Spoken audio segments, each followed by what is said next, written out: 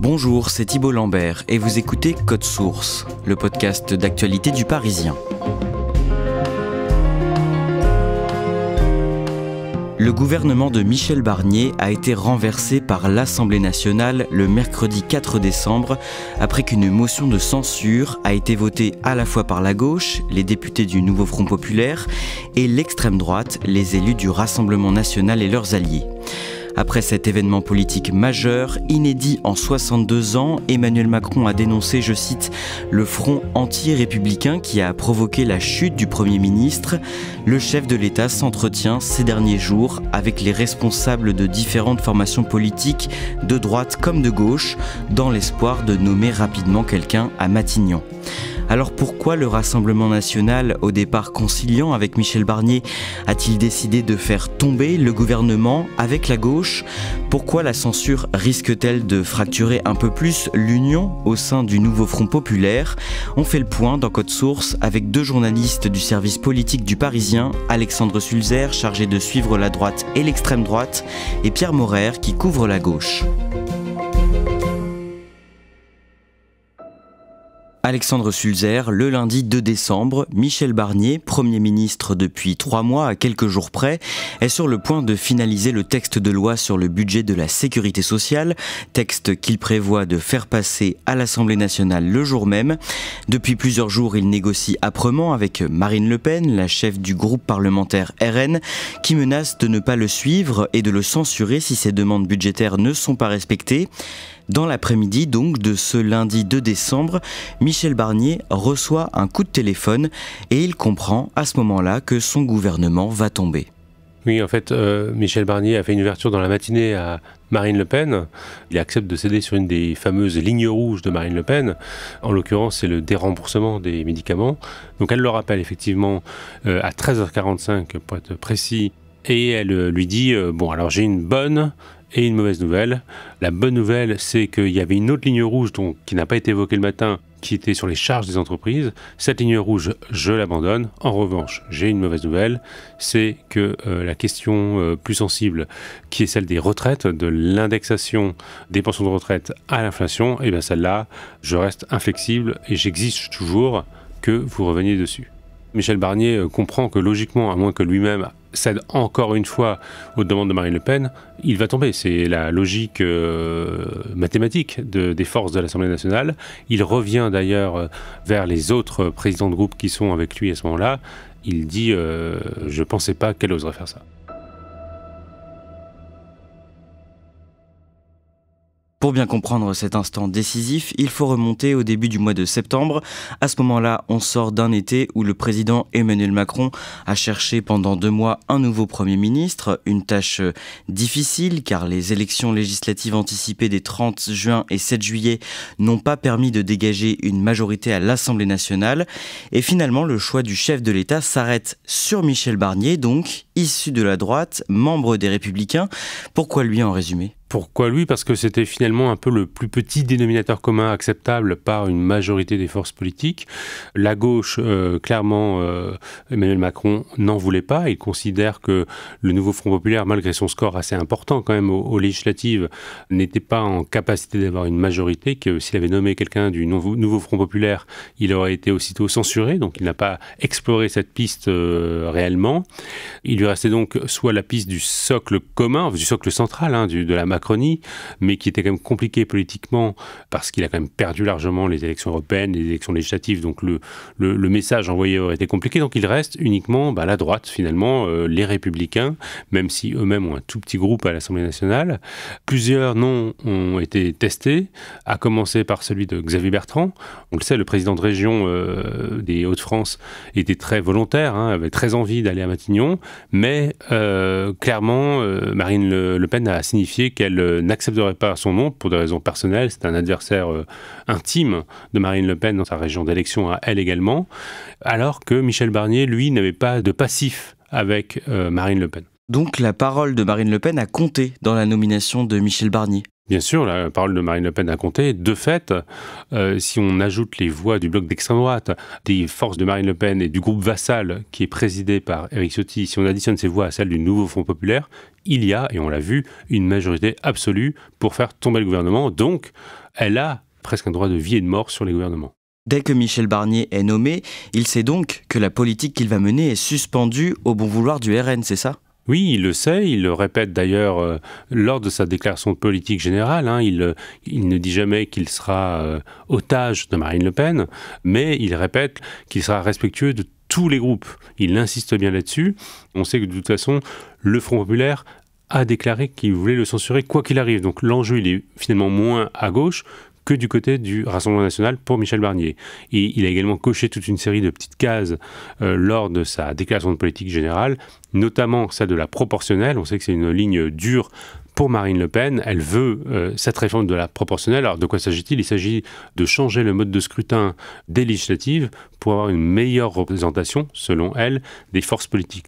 Michel Barnier, à titre personnel, comme l'ensemble des Républicains, est plutôt défavorable à cette mesure, mais il a pris bien le soin de dire qu'il était ouvert à cette proposition dès le début de sa prise de fonction. Pierre Maurer, à gauche, les insoumis avec les socialistes, les communistes et les écologistes, réunis aux législatives sous la bannière du nouveau Front populaire, ont traversé l'été dans l'unité. Oui, alors ça a été un peu compliqué, notamment la négociation pour désigner un candidat commun au poste de Premier ministre. Ça a duré longtemps, effritant déjà un peu l'unité formée assez rapidement du NFP. Ils se sont finalement mis d'accord autour de la personnalité de Lucie Castet, puis sont partis en campagne, tous ensemble, à la fin du mois de juillet et tout au long du mois d'août. Le moment est grave, mais je pense qu'un espoir est levé. Je suis prête, nous sommes prêts. Je demande maintenant au président de la République de prendre ses responsabilités et de me nommer Premier ministre. Même s'ils ont remporté le plus grand nombre de sièges aux élections législatives, ce n'est pas la candidate proposée par le NFP, Lucie Castet, qui accède à Matignon. Non, pas du tout. Alors, ils ont espéré pendant très longtemps. Lucie Castet a même été reçue par le président de la République, Emmanuel Macron. Finalement, il a fait assez peu de doute que le président de la République ne nommerait pas Lucie Castet, parce que même si elle avait été nommée à Matignon, Lucie Castet, elle ne disposait pas d'une majorité de parlementaires à l'Assemblée nationale, car même si la gauche a emporté le plus de sièges au mois de juillet, il lui manquait beaucoup de voix pour décider par exemple du budget ou d'autres textes de loi. Donc la gauche se retrouve sans personnalité de gauche nommée à Matignon, mais avec Michel Barnier, avec qui elle n'a aucun accord sur la politique à mener. La priorité du gouvernement est de faire adopter un budget pour l'année 2025, 2 textes, le projet de loi de finances et le projet de loi de financement de la sécurité sociale. Très vite, Marine Le Pen et son parti posent des lignes rouges à Michel Barnier. Alors les lignes rouges sont un peu fluctuantes du Rassemblement national et on ne sait pas très bien au début finalement quels sont les points durs sur lesquels Marine Le Pen exigera des choses et sur les points sur lesquels elle entend être un peu plus flexible. Au fil des semaines, elle se retrouve finalement un peu éclipsée dans les discussions et ça, elle est évidemment très vexée et au nom du respect de ses, dit-elle, 11 millions d'électeurs, elle hausse le ton et elle dit que si elle n'est pas respectée, à ce moment-là, évidemment, elle fera tomber le gouvernement. Elle est alors reçue par Michel Barnier fin octobre à Matignon et là, elle pose des conditions un petit peu plus précises. Il y en a 4. Il s'agit de ne pas désindexer les pensions de retraite sur l'inflation, de ne pas dérembourser les médicaments pour faire des économies à la sécurité sociale, de renoncer à la hausse de la taxe sur l'électricité.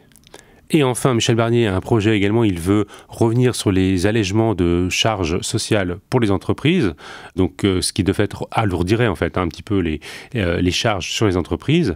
Et ça, Marine Le Pen, pour soutenir un discours pro-business, elle est également frontalement contre. En parallèle, la leader d'extrême droite est jugée pendant 2 mois par le tribunal correctionnel de Paris dans l'affaire des assistants fictifs présumés de son parti au Parlement européen. Le mercredi 14 novembre, le ministère public requiert contre elle 5 ans de prison, dont 2 ans ferme et 5 ans d'inéligibilité. Qu'est-ce que ces réquisitions signifient pour elle ? Ces réquisitions sont une mauvaise nouvelle parce que s'ils étaient suivis par les juges le 31 mars prochain, c'est-à-dire quand tombera le jugement, cela signifierait qu'elle serait déclarée inéligible. Ça, honnêtement, Marine Le Pen l'avait quand même un petit peu anticipé, c'était pas vraiment une surprise. Par contre, ce qui est un peu une surprise, c'est son exécution provisoire, ce qui est réclamé par le parquet. Qu'est-ce que l'exécution provisoire ? C'est le fait que Marine Le Pen soit inéligible dès la condamnation en première instance. Il est d'usage plutôt qu'il y ait une suspension de la peine si elle fait appel. Bon, on sait qu'elle fera appel, il n'y a absolument aucun doute là-dessus. Mais là, même si elle fait appel, elle serait inéligible, et s'il y avait de nouvelles élections, qu'elles soient présidentielles ou législatives, alors elle ne pourrait pas se représenter. Le lendemain, dans le quotidien Ouest France, Michel Barnier déclare qu'il utilisera probablement l'article 49.3 de la Constitution pour faire adopter le budget sans vote, faute de consensus large autour des textes. Pierre Maurer, pour la gauche, il est clair que ce sera l'occasion de tenter de censurer le gouvernement de Michel Barnier. Oui, parce que la gauche, lors de l'examen du budget, a fait passer énormément de ces mesures dans le budget négocié entre les différents partis représentés à l'Assemblée nationale, et donc a construit à peu près un budget à l'image du programme du nouveau Front populaire, notamment via la voix d'Éric Coquerel, le président de la commission des finances.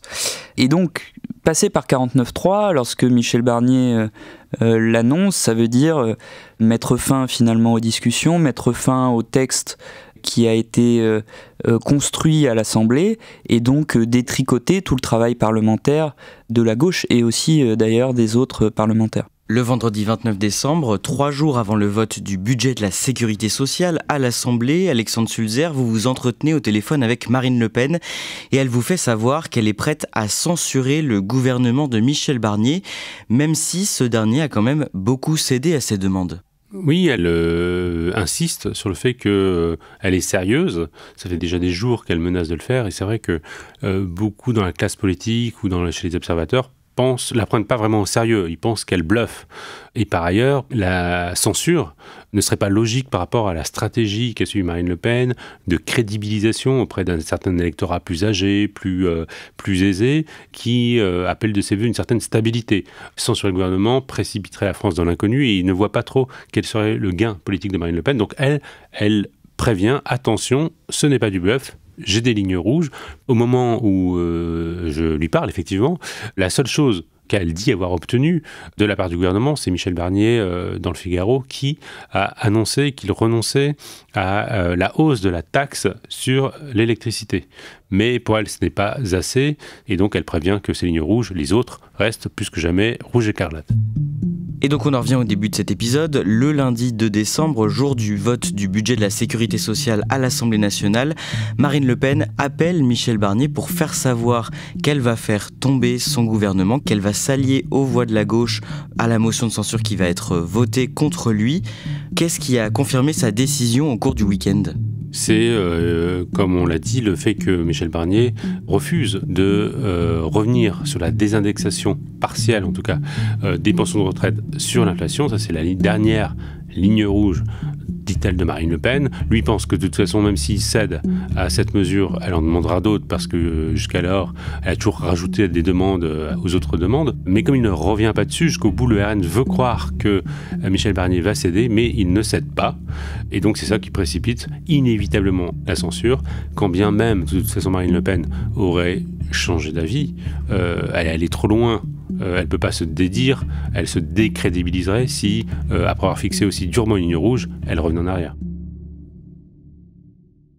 Comment Marine Le Pen et son entourage justifient cette décision ? Le calendrier interpelle forcément un petit peu, puisque, on l'a dit, le 31 mars, Marine Le Pen sera peut-être inéligible. Le fait qu'elle ait changé de braquet, qu'elle ait durci son ton après ses réquisitions, interpelle forcément. On peut penser qu'elle veut mettre la pression sur Emmanuel Macron pour qu'il démissionne et qu'une élection présidentielle anticipée ait lieu avant qu'elle soit déclarée inéligible.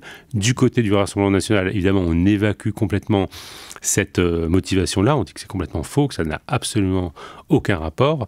Marine Le Pen dit même que si elle n'avait pas censuré, sans doute que les journalistes l'auraient quand même interprété en lien avec cette décision. Mais elle dit en gros qu'elle avait deux mauvais choix à faire, soit le censurer au risque effectivement de susciter l'incompréhension des retraités, des classes supérieures, des agriculteurs aussi qui attendaient beaucoup de ce projet de loi de finances, ou l'idée de ne pas le censurer, mais ce qui signifie à ce moment-là qu'elle endossait l'impopularité de ce projet budgétaire dur, on sait, avec 40 millions de hausse de fiscalité, avec des économies drastiques, et elle ne voulait pas non plus avoir à être la seule, finalement, quasiment à l'Assemblée, dans l'opposition, à soutenir à bout de bras Michel Barnier. Merci Madame la Présidente, Mesdames et Messieurs les députés. En fin d'après-midi, Michel Barnier déclenche donc l'article 49.3 à l'Assemblée nationale pour faire adopter le budget de la sécurité sociale sans le vote des parlementaires. C'est pourquoi, sur le fondement de l'article 49, alinéa 3 de la Constitution, j'engage la responsabilité du gouvernement, de mon gouvernement. Ce qui permet au nouveau Front populaire de déposer une motion de censure à laquelle le RN prévoit donc de s'associer, ce qui ferait tomber le gouvernement. Pendant 2 jours, Pierre Maurer, le camp présidentiel, tente de convaincre les socialistes, 66 députés, de ne pas voter cette motion. Oui, alors il y a une très forte offensive des membres du gouvernement et du socle commun à l'égard des socialistes. Pourquoi ? Parce que si les socialistes ne votaient pas cette motion de censure, elle ne serait pas adoptée. Donc voyant bien que le RN affirme de plus en plus qu'il va voter cette motion de censure et que ça semble totalement inéluctable, les membres du gouvernement et du socle commun tentent vraiment de faire jouer la poutre du côté des socialistes, avec l'argument que les socialistes ont été au gouvernement avant, ont dirigé la France, donc sont plus responsables que d'autres partis comme la France Insoumise ou le Rassemblement National, et que du fait de cet historique de responsabilité, ils doivent y rester fidèles et donc ne pas voter une motion de censure qui, selon eux, plongerait le pays dans le chaos. Le mercredi 4 décembre, en fin d'après-midi, la motion de censure déposée par le nouveau Front populaire est mise au vote à l'Assemblée nationale. À 20h20, la présidente de l'Assemblée nationale, Yaël Braun-Pivet, remonte au perchoir et annonce le résultat du scrutin. Majorité requise pour l'adoption de la motion de censure 288. Pour l'adoption 331. La majorité requise étant atteinte, la première motion de censure est adoptée. Il n'y a pas lieu de mettre aux voix la seconde motion.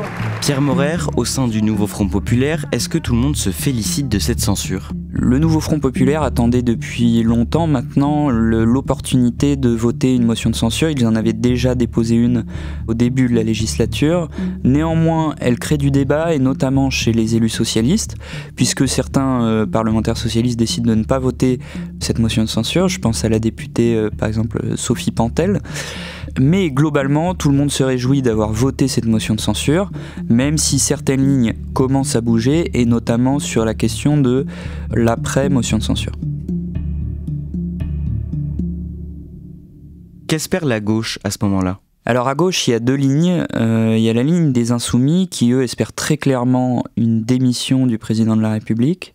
Jean-Luc Mélenchon s'oriente vraiment vers une présidentielle anticipée, à laquelle d'ailleurs il concourrait très probablement. Et dans l'autre partie de la gauche, plutôt chez les socialistes, les écologistes et les communistes, on espère vraiment qu'un Premier ministre plutôt de gauche soit nommé. En tout cas, c'est ce qu'espèrent les socialistes, et pas forcément Lucie Castet. Alors là encore, les lignes sont compliquées. Les écologistes soutiennent Lucie Castet très clairement. Chez les communistes et les socialistes, c'est un peu moins clair. On argumente vraiment pour un Premier ministre de gauche. Alexandre Sulzer, quelques minutes après le vote de la motion de censure, Marine Le Pen est l'invitée du 20h de TF1.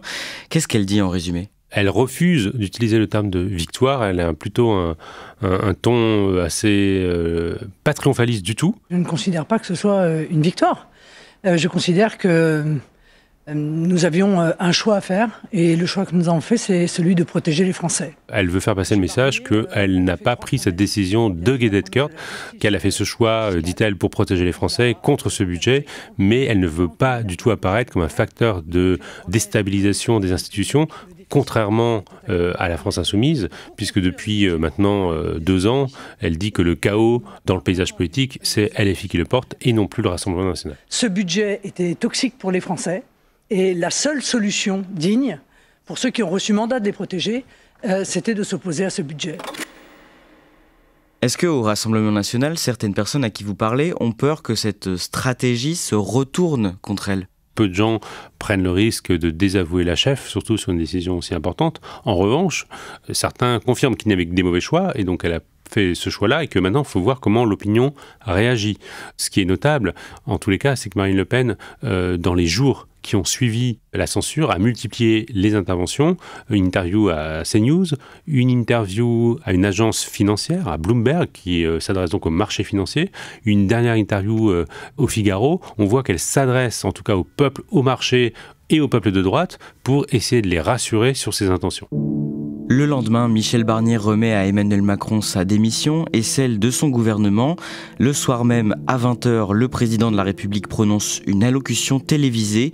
Il exclut de démissionner et affirme qu'il exercera son mandat jusqu'à son terme. Le mandat que vous m'avez démocratiquement confié est un mandat de 5 ans et je l'exercerai pleinement jusqu'à son terme.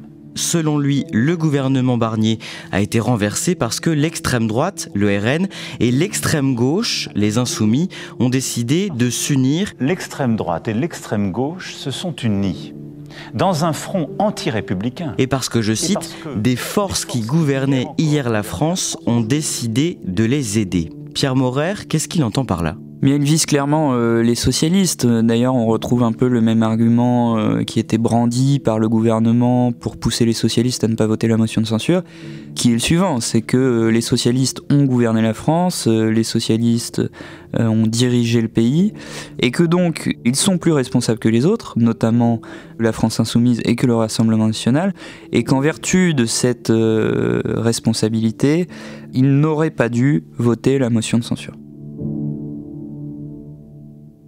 Le lendemain, le premier secrétaire du Parti socialiste, Olivier Faure, et d'autres cadres du PS rencontrent Emmanuel Macron à l'Élysée. Alors pourquoi est-ce qu'ils s'y rendent et qu'est-ce qui ressort de leur entretien ? Alors Emmanuel Macron cherche clairement à fracturer l'unité du nouveau Front populaire en recevant les socialistes, tout en n'invitant pas d'abord ni les écologistes, ni les communistes, ni les insoumis. Ensuite, la position des socialistes, elle a un peu évolué parce que certains d'entre eux, notamment Boris Vallaud ou Olivier Faure, ont ouvert la porte à une négociation après la motion de censure avec des membres du camp présidentiel. Mais finalement, de l'entretien, on a du mal vraiment à savoir ce qui en ressort très clairement, puisque les socialistes expliquent qu'ils ont été écoutés, mais qu'en même temps, ils défendent toujours la nomination d'un Premier ministre de gauche, que finalement, le président de la République ne leur apporte pas plus de réponses. Donc voilà, il faut vraiment y voir une opportunité pour Emmanuel Macron de fracturer le NFP et une opportunité pour les socialistes de peu à peu se distinguer aussi de la France insoumise. Comment réagissent les autres partis du nouveau Front populaire à cette main que semble tendre le PS vers Emmanuel Macron ? Ceux qui réagissent le plus mal, ce sont les insoumis, puisque Jean-Luc Mélenchon étrie Olivier Faure à la fois dans des interviews données à la presse étrangère et sur sa note de blog, où il l'accuse de l'avoir mis devant le fait accompli, de ne chercher qu'à être nommé Premier ministre, de ne pas réfléchir à qui et pourquoi. Donc voilà, c'est un moyen aussi pour Jean-Luc Mélenchon de peu à peu se décrocher des socialistes et de chercher à incarner à lui tout seul, avec d'autres partenaires, le nouveau Front populaire, sans les socialistes. Alexandre Sulzer, de son côté, est-ce que la droite modérée, les Républicains, est prête à faire des compromis pour s'accorder au sein d'un bloc central qui serait aussi composé de la gauche ? Alors, évidemment, ce serait trop simple de pouvoir répondre par oui ou par non. Ça dépend de quelle droite on parle et ça dépend aussi de quelle gauche on parle, puisque quand on dit gauche à des gens de droite, ils font clairement une distinction entre LFI et le Parti socialiste et au sein du Parti socialiste, entre la direction d'Olivier Faure et certaines personnalités comme Bernard Cazeneuve, qui est perçu comme beaucoup plus fréquentable à leurs yeux. Pour la droite, c'est pas évident de participer à un gouvernement avec les macronistes après avoir été adversaire d'Emmanuel Macron pendant si longtemps. Donc, les uns sont assez prudents, les autres, au contraire, pensent que c'est inespéré d'avoir pu reprendre des postes de ministre après tant d'années de traversée du désert, d'autant plus après avoir fait un résultat aussi mauvais aux législatives. Et donc, vraiment, il y a une divergences au sein de la droite sur l'automaticité, on va dire, de participer à un socle commun. Pierre Maurer, au moment où on enregistre cet épisode, le lundi 9 décembre, c'est le nom du centriste François Bayrou du MoDem qui circule avec insistance pour Matignon. Quoi qu'il en soit, l'unité du nouveau Front populaire n'a pas fini de se fracturer après la censure du gouvernement Barnier. Non, il est clair que le nouveau Front populaire était déjà sur une dynamique brinque-ballante. Pourquoi finalement ces lignes de fracture ? C'est parce que d'un côté, les Insoumis espèrent présenter un candidat issu de leur rang, très probablement Jean-Luc Mélenchon à la prochaine élection présidentielle, et que dans les autres formations du nouveau Front populaire, ce choix ne fait pas consensus, qu'eux aussi espèrent présenter un candidat commun, que ce soit pour les socialistes ou les écologistes, ou peut-être à nouveau un candidat communiste via la personne de Fabien Roussel. Donc en fait, il faut y voir des lignes de fracture qui étaient déjà là et qui s'approfondissent plus on s'approche d'une perspective d'élection présidentielle. Après, on n'est pas à l'abri de certaines surprises. Par exemple, la personnalité de François Bayrou ne fait pas du tout consensus au sein du nouveau Front populaire qui, pour le moment, est plutôt uni sur la question de savoir s'il faut nommer le centriste ou pas à Matignon, et la réponse pour l'instant c'est non. Alexandre Sulzer, si un gouvernement en majorité centriste parvenait effectivement à se former, qu'est-ce que ça signifierait pour le RN ? Pas forcément grand-chose dans le sens où les équilibres politiques à l'Assemblée nationale n'ont pas changé. On sait, pendant 1 an, Emmanuel Macron ne peut pas dissoudre. Donc les équilibres et l'instabilité politique et le rôle d'arbitre que ce déséquilibre dans l'Assemblée nationale confère au Rassemblement national persiste. Marine Le Pen reste un peu maître des élégances et elle compte bien jouer de cela jusqu'au bout. Elle a d'ailleurs déjà dit qu'elle pourrait tout à fait censurer. Elle fait peser à nouveau très fortement cette menace. Elle entend bien être au centre du jeu politique. Pour autant, peut-elle se permettre à nouveau de faire tomber un gouvernement rapidement ? C'est pas évident. Ça dépend aussi comment l'opinion publique, dans les jours et semaines qui viennent, se positionne par rapport à cette censure et à ses conséquences. Évidemment, la façon dont la France se dotera ou pas d'un budget d'ici janvier aura son importance. Les effets de cette censure, les effets concrets, économiques, macroéconomiques, financiers, auront aussi leur importance dans la stratégie à venir de Marine Le Pen.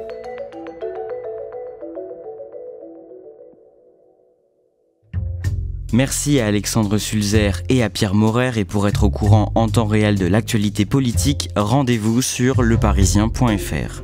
Cet épisode a été produit par Raphaël Pueyo et réalisé par Julien Moncouquiol. Si vous aimez Code Source, le podcast d'actualité du Parisien, parlez-en autour de vous.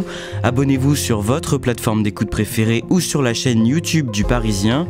Ne ratez pas non plus notre podcast Crime Story. Chaque samedi, la journaliste Claudia Prolongeau raconte une nouvelle affaire criminelle avec le chef du service police-justice du Parisien, Damien Delsoni.